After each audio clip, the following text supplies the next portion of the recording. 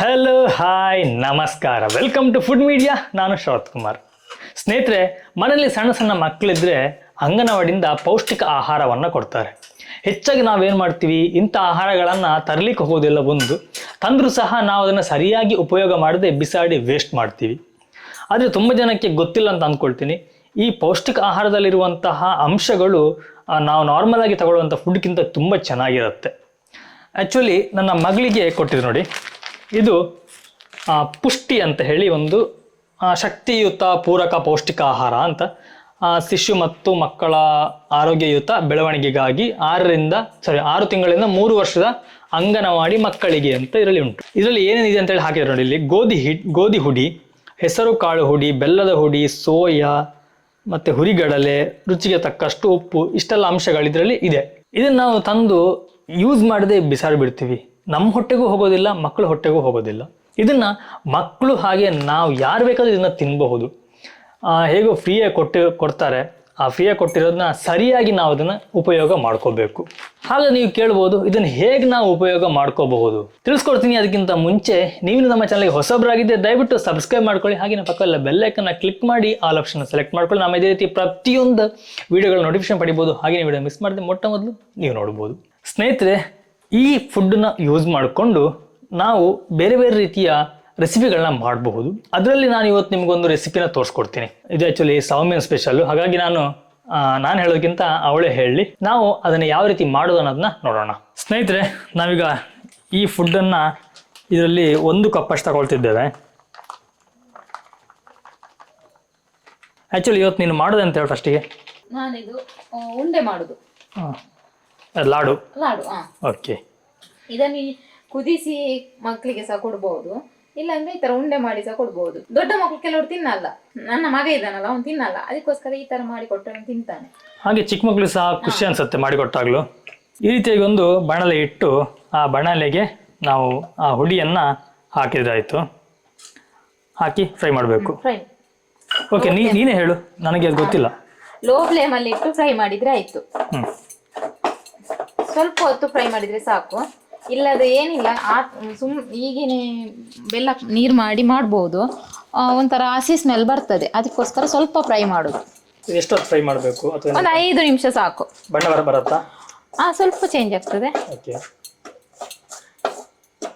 ನನಗೆ ಸಹ ಫಸ್ಟ್ ಗೊತ್ತಿರಲಿಲ್ಲ ಮೊದಲೆಲ್ಲ. ನನ್ನ ಅಕ್ಕ ಹೇಳಿದ್ದು ಈ ತರ ಮಾಡು ಅಂತ, ಚೆನ್ನಾಗಾಗ್ತದೆ ಅಂತ. ಹಾಗೇನೆ ನಾವು ಲಾಸ್ಟ್ ಟೈಮ್ ಒಂದು ಹಾಲಿನ ಪುಡಿಯನ್ನ ಯೂಸ್ ಮಾಡಿ ಪನ್ನೀರ್ ಮಾಡೋದನ್ನ ಹಾಕಿದ್ವಿ. ತುಂಬಾ ಜನ ಇಷ್ಟಪಟ್ಟು ತುಂಬಾ ಜನ ಟ್ರೈ ಸಹ ಮಾಡಿದಾರಂತೆ. ಇನ್ನು ಕೆಲವರು ಅದಕ್ಕೆ ಕಮೆಂಟ್ಸ್ ಹಾಕಿದ್ರು, ಮಿಸ್ಯೂಸ್ ಮಾಡಬೇಡಿ ಅಂತ ಹೇಳಿ. ಆಕ್ಚುಲಿ ನಾವಿದ್ರೆ ಮಿಸ್ಯೂಸ್ ಮಾಡ್ತಾ ಇಲ್ಲ. ನಾವಿದ್ರೆ ಹಾಳು ಮಾಡೋದಕ್ಕಿಂತ ಯಾವ ರೀತಿ ಯೂಸ್ ಮಾಡಬಹುದು ಅನ್ನೋದನ್ನ ನಿಮ್ಗೆ ತೋರಿಸ್ಕೊಡ್ತಿರೋದಷ್ಟೇ.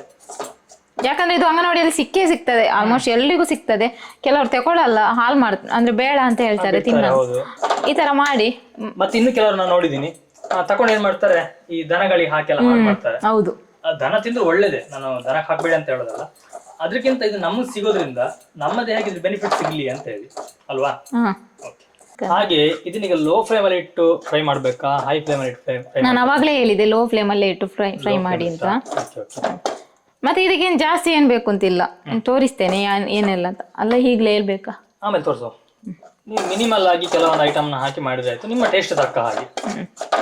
ನಿಮ್ಗೆ ಬೇರೆ ಐಟಮ್ ಆಡ್ ಮಾಡಬೇಕು, ಮಾಡ್ಕೋಬಹುದು ಆರಾಮ್ಸೆ. ಡ್ರೈ ಫ್ರೂಟ್ಸ್ ಯಾವ್ದಾದ್ರು, ಕ್ಯಾಶ್ಯೂನೆಟ್ ನೋಡಿ. ಇಷ್ಟು ಕಲರ್ ಚೇಂಜ್ ಆಯ್ತು.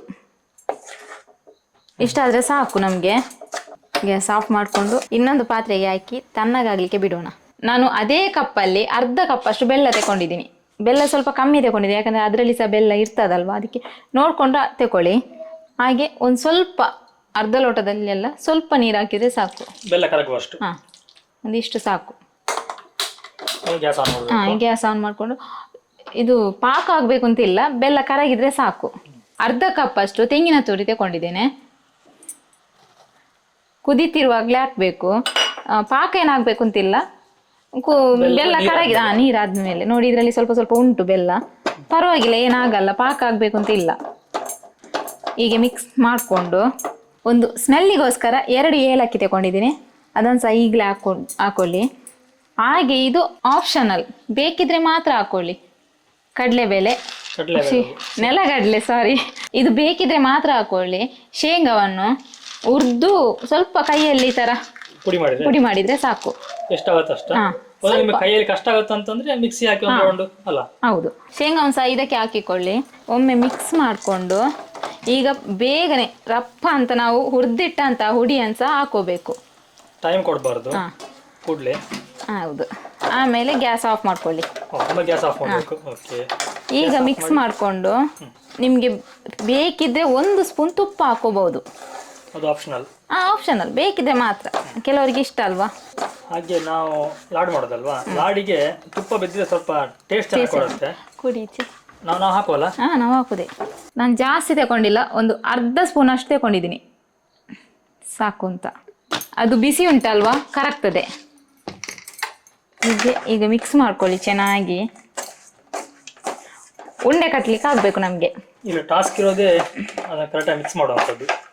ಮಿಕ್ಸ್ ಬೇಗ ಆಗ್ತದೆ, ಬಿಸಿರುವಾಗ ಮಾಡಿದ್ರೆ ಏನಾಗಲ್ಲ.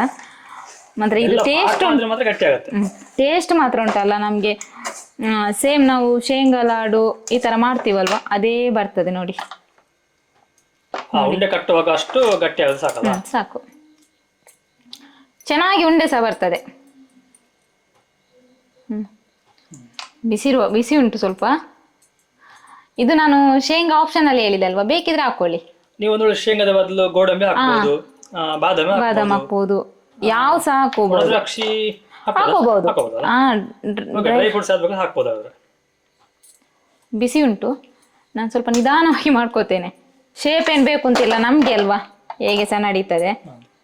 ಆದಷ್ಟು ಶೇಪ್ ತಂದ್ರೆ ನೋಡ್ಲಿಕ್ಕೆ ಖುಷಿ ಅನ್ಸುತ್ತೆ. ಯಾರಾದ್ರೂ ಗೆಸ್ಟ್ ಬಂದಾಗ ಮಾಡಿಕೊಟ್ರೆ ಕೇಳ್ಬೋದು ಯಾವ್ದು ಇದು. ಚೆನ್ನಾಗಾಗ್ತದೆ, ಸೂಪರ್ ಆಗ್ತದೆ. ಒಮ್ಮೆ ಮಾಡಿ ನೋಡಿ, ಟ್ರೈ ಮಾಡಿ. 100% ನೀವು ಹೇಳ್ತೀರಾ ಇದರಲ್ಲಿ ಸಹ ಈ ತರ ಮಾಡ್ಬೋದಿತ್ತ ಅಂತ. ಹಾಗೆ ನಿಮ್ಗೆ ಯಾವ್ದಾದ್ರು ಬೇರೆ ರೆಸಿಪಿ ಗೊತ್ತಿದ್ರೆ ನಮ್ಗೆ ತಿಳಿಸಿ. ಹೌದು, ಅದನ್ನ ಸಹ ಮಾಡುವ. ಕಮೆಂಟ್ ಅಲ್ಲಿ ಹಾಕಿ. ಯಾವ್ದಾದ್ರು ಈಸಿ ಆಗಿರುವಂತಹ ರೆಸಿಪಿ, ಪಟ್ಟಂತ ಆಗುವ ಹಾಗೆ ಯಾವುದೇ ಆಗ್ಲಿ, ನಮ್ಗೆ ಸಿಗುವಂತ ಸವಲತ್ತನ್ನು ನಾವು ಹಾಳು ಮಾಡ್ಕೋಬಾರ್ದು. ಅದನ್ನ ನಾವು ಉಪಯೋಗಕ್ಕೆ ತರಬೇಕು, ಯಾವ್ದು ರೀತಿ ಆದ್ರೂ. ಈ ತರ ಮಾಡುವಾಗ ಬೇಕಿದ್ರೆ ತುಪ್ಪ ಹಚ್ಕೋಬಹುದು ಕೈಗೆ. ಇದು ಅಂಟುದಿಲ್ಲ, ಇಲ್ಲದ್ರು ನೋಡಿ ಸ್ವಲ್ಪ ಅಂಟ್ಲಿಲ್ಲ. ಈಗ ಮಾಡಿ ನಾವು ಎಷ್ಟು ದಿನ ಇಡ್ಬೋದು, ಇನ್ನೊಂದು ಐಡಿಯಾ ಉಂಟಾ? ಅದ್ರ ಐಡಿಯಾ ನನಗೂ ಇಲ್ಲ. ಕೆಲವರು ಫ್ರಿಜ್ ಅಲ್ಲಿ ಎಲ್ಲ ಸ್ಟೋರ್ ಮಾಡಿರ್ತಾರೆ, ಅದು ಒಳ್ಳೇದಲ್ಲ. ಅದಕ್ಕಿಂತ ಇದು ಇಮಿಡಿಯೇಟ್ ಒಂದು 5 ಮಿನಿಟ್ಸ್ ಅಲ್ಲಿ ಆಗ್ತದೆ. ಏನು ಇದಕ್ಕೆ ಜಾಸ್ತಿ ಟೈಮ್ ಬೇಕು ಅಂತ ಇಲ್ಲ, ಬೇಗನೆ ಆಗ್ತದೆ. ಬಿಸಿ ಬಿಸಿ ಮಾಡಿ ತಿಂದ್ರೆ ಸೂಪರ್ ಆಗಿರ್ತದೆ. ಹಾಗೇನೆ ಹೆಲ್ತ್ಗೆ ಸಹ ಒಳ್ಳೆ ಬೆನಿಫಿಟ್ ಸಿಗುತ್ತೆ, ಮಕ್ಕಳಿಗೂ ಒಳ್ಳೇದು. ಮಕ್ಕಳಿಗೆ ಸಹ ಖುಷಿ ಅನ್ಸುತ್ತೆ ತಿನ್ಲಿಕ್ಕೆ, ಇನ್ನೊಂದು ಹೊಸದಾಗಿ ಮಾಡಿದಾರಲ್ಲ ಅಂತ ಹೇಳಿ ಮಕ್ಕಳು ಸಹ ತಿಂತಾರೆ, ದೊಡ್ಡವರಿಗೂ ಖುಷಿ ಆಗ್ತದೆ. ನಮ್ಮ ಇದೇ ರೀತಿ ಹೊಸ ಹೊಸ ರೆಸಿಪಿಗಳನ್ನು ತರ್ತಾ ಇರ್ತೀವಿ ನಿಧಾನಕ್ಕೆ. ಸ್ವಲ್ಪ ಟೈಮ್ ಅಂತ ಹೇಳ್ಬೋದು, ಇಲ್ಲ ನನಗೂ ಸಹ ಟೈಮ್ ಸ್ವಲ್ಪ ಅಡ್ಜಸ್ಟ್ ಆಗ್ತಾ ಇಲ್ಲ. ಹಾಗೂ ಸ್ವಲ್ಪ ವಿಡಿಯೋ ಲೇಟ್ ಆಗ್ತಾ ಉಂಟು, ಸಾರಿ. ಖಂಡಿತ ಡೈಲಿ ಮಾಡ್ಬೇಕಂತ ಆದಷ್ಟು ಪ್ರಯತ್ನ ಪಡ್ತೀವಿ. ನಿಮ್ಮ ಪ್ರೋತ್ಸಾಹ ಯಾವಾಗ್ಲೂ ನಮ್ಗೆ ಬೇಕು. ದಯವಿಟ್ಟು ವಿಡಿಯೋ ಕಮೆಂಟ್ ಮಾಡಿ, ಲೈಕ್ ಮಾಡಿ, ನಮಗೂ ಗೊತ್ತಾಗ್ತದೆ ನಿಮ್ಮ ಮನಸ್ಸಲ್ಲಿ ಏನು ಉಂಟು ಅಂತ. ಶೇರ್ ಮಾಡಿ. ಯಾವಾಗ ನಮ್ಗೆ ಅನ್ಸುತ್ತೆ ಓಕೆ ನಮ್ಮ ವಿಡಿಯೋ ನಿಮ್ಗೆ ಇಷ್ಟ ಆಗಿದೆ ಅಂತ ನಮ್ಗೆ ಗೊತ್ತಾಗುತ್ತೆ. ವಿಡಿಯೋ ನೋಡಿ ಲೈಕ್ ಮಾಡ್ಲಿಲ್ಲ, ಕಮೆಂಟ್ ಇಲ್ಲ, ಶೇರ್ ಇಲ್ಲ ಅಂತಂದ್ರೆ ನಾವು ಮಾಡಿದೆಲ್ಲ ಮಿಸ್ಟೇಕ್ ಆಗ್ತಿದೀವಿ. ನಮ್ಗೆ ಈಗ ಹಾಗೇನೆ ಅನಿಸ್ತಾ ಉಂಟು, ನಾವು ಎಲ್ಲಿ ಮಿಸ್ ಮಾಡ್ತಿದೀವಿ ಅಂತ. ನಿಮ್ಗೆ ಇಷ್ಟ ಆಗ್ತಿಲ್ವೋ, ನಮ್ಗೆ ಅರ್ಥ ಆಗ್ತಾ ಇಲ್ಲ. ದಯವಿಟ್ಟು ಏನಿದೆ ಅಂತ ತಿಳಿಸಿ ಕಮೆಂಟ್ ಅಲ್ಲಿ. ಓಕೆ, ನೋಡಿ ಇಷ್ಟು ಲಾಡಿಗೆ ರೆಡಿ ಆಯ್ತು ನೋಡಿ. ಒಂದೇ ಬೌಲಲ್ಲಿ ಸಾಧಾರಣ ಈಗ ಎಷ್ಟು, ನಾನು ಸಣ್ಣದು ಮಾಡಿದೆ, ತುಂಬಾ ದೊಡ್ಡದೇನು ಮಾಡಿಲ್ಲ.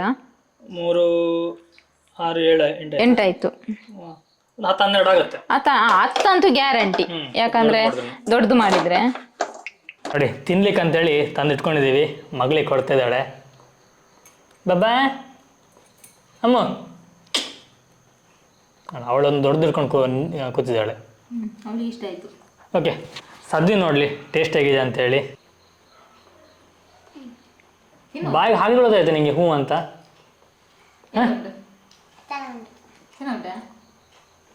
ಅದು ಯಾವ್ದು ಲಾಡು ಗೊತ್ತಾ? ಗೊತ್ತಿಲ್ಲ? ನೀನು ಹಾಗೆ ಹೇಳ್ದಿಯಲ್ಲ, ದೊಡ್ಡ ಹೇಳಿದ್ರಲ್ಲ ನಿಂಗೆ ಮಾಡಿಕೊಡ್ತೀನಿ ಅಂಗನವಾಡಿ ಫುಡ್ ಉಂಟು ಅಂತೇಳಿ, ನೀನು ಬೇಡ ಅಂದ್ಯಲ್ಲ, ಅದೇ ಫುಡ್ ಇದ್ದು. ಈಗ ಚಂದ ಉಂಟಾ? ಹಾಂ, ಆವಾಗ ಚೆನ್ನಾಗಿರ್ಲಿಲ್ಲ ಅವನು, ಈಗ ಚಂದ ಉಂಟು ಅವನಿಗೆ. ಹೇಗುಂಟು, ಟೇಸ್ಟ್ ಹೇಗುಂಟು? ಚೆನ್ನಾಗುಂಟು, ಸೂಪರ್ ಉಂಟು. ನಾವು ಶೇಂಗಾ ಉಂಡೆ ಅಂದ್ರೆ ಉರಿಗಡ್ಲೆಲ್ಲ ಹಾಕಿ ಮಾಡ್ತಾರೆ ನೋಡಿ, ಅದೇ ಟೇಸ್ಟ್ ಉಂಟು, ಸೂಪರ್ ಆಗ್ತದೆ. ಒಮ್ಮೆ ಟ್ರೈ ಮಾಡಿ ನೀವು 100% ಹೇಳ್ತೀರಾ ಚೆನ್ನಾಗಾಗ್ತದೆ ಅಂತ. ಓಕೆ ಮಕ್ಕಳು ಇಷ್ಟಪಡ್ತಾರೆ. ಓಕೆ, ಅವ್ರು ಟೇಸ್ಟ್ ನೋಡಿದ್ರು, ನಾನು ಸಹ ಟೇಸ್ಟ್ ನೋಡ್ತೀನಿ ಹೇಗಿದೆ ಅನ್ನೋದು.